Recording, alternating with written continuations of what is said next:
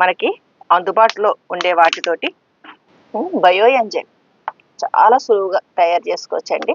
మొత్తం అన్ని రకాల చీడలకి పీడలకి ఈ బయో ఎంజైమ్ చాలా చక్కగా ఉపయోగిస్తుంది. ఇది ఎలా చేయాలి ఏంటన్నది ఈవేళ కొలతలతో సహా ఈ వీడియోలో మీకు వివరంగా చూపిస్తాను. నమస్తే, నా పేరు శేష్ కుమారి. మా ఛానల్ ఎర్ర గార్డెన్స్కి స్వాగతం అండి. చక్కగా మన గార్డెన్లో పండే పంటల నుంచి మనం బయో ఎంజైమ్స్ ఆల్రెడీ మీకు మధుమాలతి పూలతోటి బయో ఎంజైమ్ ఎలా చేయాలో అన్నది చూపించాను. అంటే మనకి రూము క్లీనింగ్కి వాటికి ఉపయోగించుకోవచ్చు కదండి. అంటే ఫ్లోర్ క్లీనింగ్ కానీ, స్టవ్లు అవి క్లీన్ చేయడానికి కానీ, ఆ బాత్రూమ్స్ వాటికి కానీ చక్కగా యూజ్ చేసుకోవచ్చు. మంచి సువాసన అది వస్తూ ఉంటుంది. ఇది తయారవుతూ ఉందండి. అది చూసారా, గ్యాస్ రిలీజ్ అవుతుంది. ఈ గ్యాస్ రిలీజ్ అవుతున్నంత కాలం మనకి అది ఇంకా ప్రాసెస్లో ఉన్నట్టే. ఈవేళ నేను భూత్ జోలోకియా తోటి, అలాగే మన వంటింట్లో ఉండే వాటితోటి బయో ఎంజైమ్ అండి. చక్కగా మనకి ఆ మొక్కలకి వేప నూనెనో లేదంటే పెస్ట్ ఆయిల్ అనో ఏవేవో రకరకాలు అంటే సేంద్రియంగానే ఉపయోగిస్తూ ఉంటాము.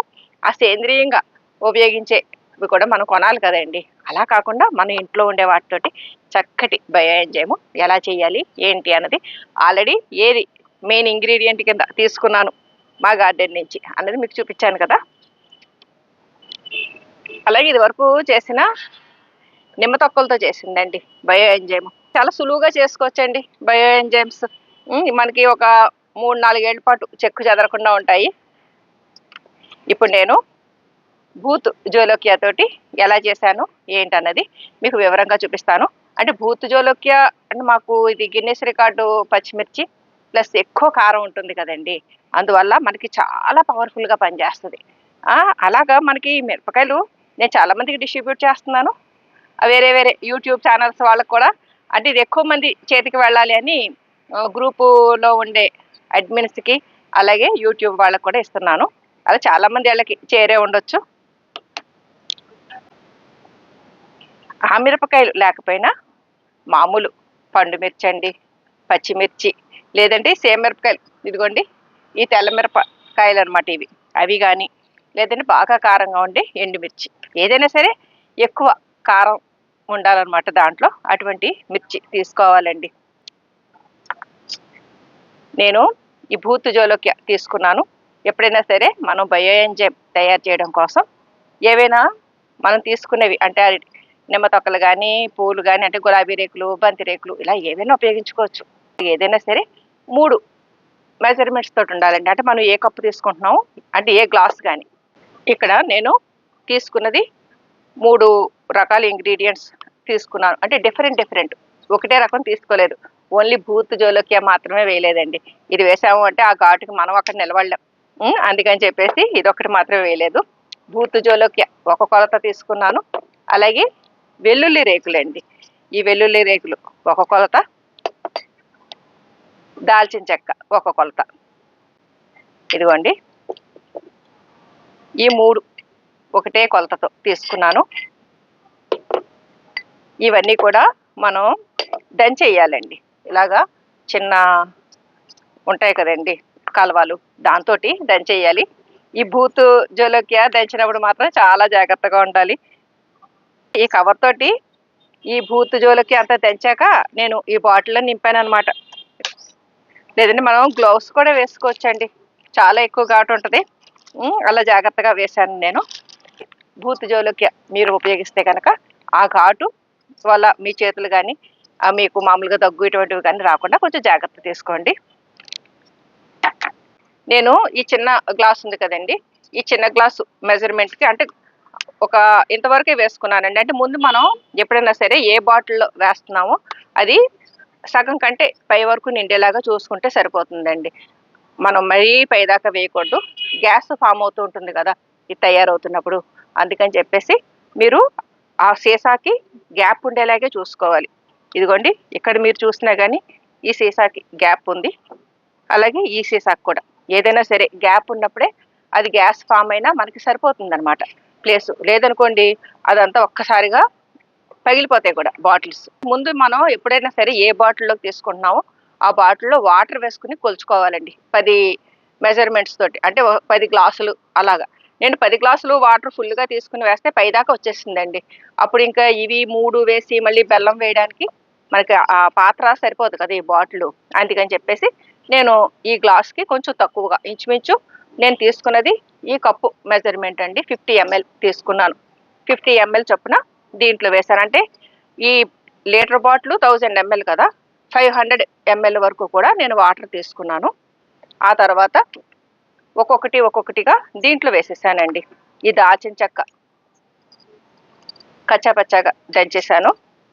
మీరు పౌడర్ కింద కాకుండా ఇలా కచ్చాపచ్చాగా దంచితేనే సారం గ్రాడ్యువల్గా తిరిగండి దాంట్లో దిగుతుంది అనమాట, నీళ్లలోనూ పవర్ఫుల్గా ఉంటుందండి. అందుకని మీరు పౌడర్ ఫామ్లో కాకుండా అలాంటి పెద్ద పెద్ద ముక్కలో కాకుండా కొంచెం కచ్చాపచ్చాగా దంచుకోండి.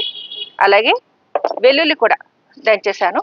ఈ వెల్లుల్లి కూడా మనం ఈ తొక్క తీయాలి, లోపల పల్పే వేయాలి అనేవి లేదు, ఆ తొక్కలతో సహా దంచండి.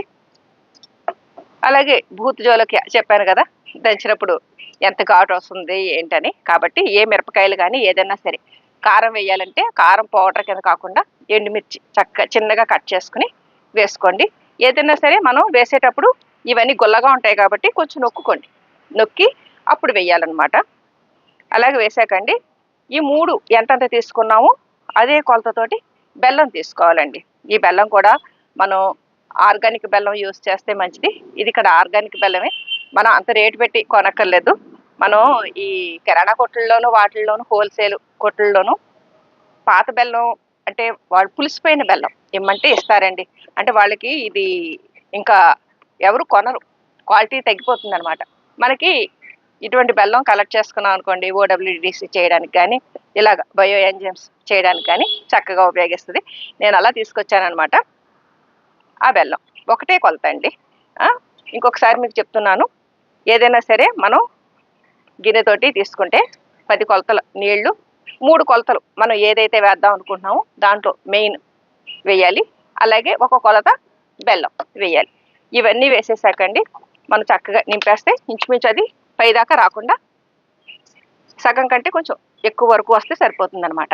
ఈ బయో ఎంజైమ్ త్వరగా తయారైపోవడం కోసం మన దగ్గర తయారైన పాత బయో ఎంజైమ్స్ ఏ ఉన్నా సరే, అంటే ఇదే ఉండాలని ఏం లేదు, నెమ్మది కావచ్చు, బొప్పాయిది కావచ్చు, లేదంటే చామంతి పూలది కావచ్చు, ఏదైనా సరే ఆ బయో ఎంజైమ్ తయారైపోయింది ఒక కొలతకి వేసేస్తేనండి ఇంకా స్పీడ్గా అయిపోతుంది అనమాట బయో ఎంజైమ్ తయారీ. ఇక్కడ నేను ఏ కొలత అయితే అవన్నీ తీసుకున్నాను ఇంచుమించు అంతే కొలతతోటి ఈ బయో ఎంజైమ్ దాంట్లో వేస్తున్నానండి. ఇది నిమ్మకాయ తొక్కలతో తయారైన బయో ఎంజైము. చక్కగా ఇది మనం 1:5 ml కానీ 3 ml కానీ, అంటే 5 ml కంటే ఎక్కువ వేయక్కర్లేదు. అలాగే మనం ఫ్లోర్ క్లీనింగ్కి వాటికి ఉపయోగించుకోవచ్చు, బాత్రూమ్ క్లీనింగ్కి, స్టవ్ గట్లకి, మొక్కల మొదళ్ళకు కూడా ఇచ్చుకోవచ్చండి. ఈ చీమలు అటువంటి ఇబ్బంది పెట్టడం ఇటువంటివి ఏమీ జరగవు. అలాగే మనం మొక్కల మీద కూడా చల్లుకోవచ్చు. మనం ఒక్కరోజు కొద్దిగా శ్రద్ధ తీసుకుని ఇవన్నీ వేసామనుకోండి, చక్కగా మనకి 3 months పడుతుంది కొత్తగా చేసేదైతే. ఇలా ఏదైనా యాడ్ చేసామనుకోండి, ఇప్పుడు నేను నిమ్మ తొక్కలతో చేసిన బయో ఎంజైమ్ యాడ్ చేస్తున్నాను కదండి, ప్రాసెస్ ఇంకా సులువుగా అయిపోతుంది అనమాట. మనకి 1.5 month 2 months లోపు చక్కటి బయో ఎంజైమ్ తయారైపోతుంది. నిమ్మ బయో ఎంజైమ్ చక్కటి వాసన వస్తుంది. ఇలాగ మనం షేక్ చేసేయాలి. షేక్ చేసేసి మనకు కొంచెం కనపడే ప్లేస్లో పెట్టుకుంటే బెటర్ అండి. ఎందుకంటే గ్యాస్ ఫామ్ అవుతూ ఉంటుంది కదా, మనం రోజుకు ఒకసారన్నా మొదట్లో ఇలా తీసి అలా మూసేయాలండి. గ్యాస్ బయటకు వస్తుందండి. మనకి ఎక్కువ ఫామ్ అవ్వట్లేదు అంటే 2 రోజులకు ఒకసారి తీసుకున్నా పర్లేదు. అలాగే ఈ మూత కూడా టైట్గా బిగించాలండి. ఒక్కొక్కసారి సరైన మూత లేదనుకోండి అసలు గ్యాస్ ఫామ్ అవుతుంది, అది గమనించుకోండి. అప్పుడు వెంటనే మీరు బాటిల్ మార్చేయాలి. అంతేగాని అదే బాటిల్లో గ్యాస్ ఫామ్ అవ్వట్లేదేంటి అని అనుకుంటూ అలా ఉంచేసారనుకోండి, ఇదంతా కుళ్ళిపోతాయి అనమాట. మనకి బయో ఎంజైమ్ తయారవదు, అదంతా డ్యామేజ్ అయిపోతుంది. అది ఇంకా మనకి పనికిరాదండి, పాడేయాల్సిందే. అందుకని మూత కూడా కరెక్ట్గా ఉండాలి. మరీ వెడల్పు మూత వద్దు, సన్నగానే ఉండాలి. అలాగే బాటిల్ కూడా ప్లాస్టిక్ లాంటిది తీసుకోండి, గాజు లాంటిది తీసుకోవద్దు. ఎందుకంటే పగిలింది అంటే చాలా చాలా ఇబ్బందులు అయిపోతాయి. అలాగే మనం ఏదైతే తీసుకుంటున్నామో ఆ కంటైనర్లో 1/3 అయినా సరే గ్యాప్ ఉండేలాగా చూసుకోవాలి. చూసుకుంటే మనకి ఫ్రెష్గా తయారు చేసుకున్నది అయితే కనుక 3 months పడుతుంది. ఇలాగ ఏదో ఒకటి మనం యాడ్ చేసామనుకోండి బయో ఎంజైమ్, అప్పుడు మనకి 1.5 మంత్ 2 మంత్స్లోనే రెడీ అయిపోతుంది. మనం దీంట్లో ఉపయోగిస్తున్న పదార్థాలు గమనిస్తేనండి, మనకి ఈ దాల్చిన చెక్క చీడపీడల్ని అరికట్టడంతో పాటు గాజు పురుగుల సమస్యను కూడా తగ్గిస్తుందండి. గాజు పురుగులు మనం ఈ కిచెన్ వేస్ట్ కంపోస్ట్ వాడుతున్నప్పుడు, లేదంటే ఈ ఆకులు అవి ప్రూనింగ్ చేసేసినవి పాడేసినప్పుడు చక్కగా తినేసండి ఆ మట్టిలో తిరుగుతూ ఆ చిట్టి చిట్టి మొక్కల్ని తినేస్తూ ఉంటాయండి. ఈ గాజు పురుగులు ఇబ్బందిని తగ్గించడం కోసం మనం దాల్చిన చెక్క పౌడర్ అవి ఉపయోగించవచ్చండి. బయో ఎంజైమ్లో ఈ దాల్చిన చెక్క ఉపయోగించామనుకోండి, మనం ఈ కుండీల్లో కూడా మట్టి మిశ్రమంలో కొద్దిగా స్ప్రే చేసుకున్నా కానీ చక్కగా మనకి ఈ గాజు పురుగుల్ని అరికట్టడానికి ఉపయోగిస్తుందండి. ఇక వెల్లుల్లి విషయానికి వస్తే, మనం దోమలని అంటే మనకి ఈ చిక్కుడుకి కొంచెం కాయలు తయారవుతున్నాయి అనేసరికి నల్లపేను కింద అవి తయారవుతూ ఉంటాయి కదండి. ఈ నల్లపేనుని అరికట్టడం కోసం, అలాగే ఈ మిల్లీ బగ్స్ ఇబ్బందికి అన్నిటికీ కూడా, అంటే చాలా రకాల వైరల్ ప్రాబ్లమ్స్కి అన్నిటికీ కూడా మనం రసం కింద తీసేయండి ఓ 3-4 రోజులు దాన్ని బాగా ఓరనిచ్చి స్ప్రే చేసామనుకోండి, ఈ చీడపీడల్ని వాటిని తగ్గించుకున్నట్టు అవుతుంది కదా.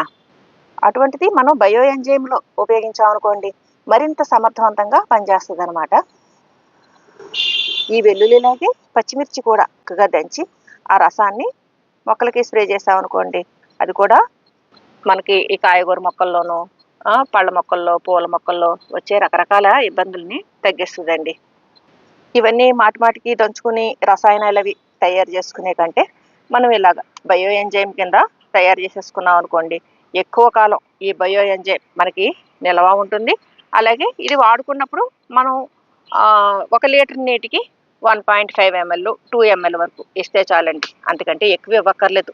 ఎందుకంటే ఇక్కడ నేను బూత్ జోలోకియా ఉపయోగిస్తున్నాను కాబట్టి అది చాలా ఘాటు ఉంటుంది కాబట్టి మనకి 2 ml వరకు ఇస్తే చాలండి. అలాగే మీరు ఒకవేళ మామూలు పచ్చిమిర్చితో తయారు చేసుకున్న ఇంకొక ml ఎక్కువ, అంటే 3 ml ఇచ్చుకుంటే చాలు.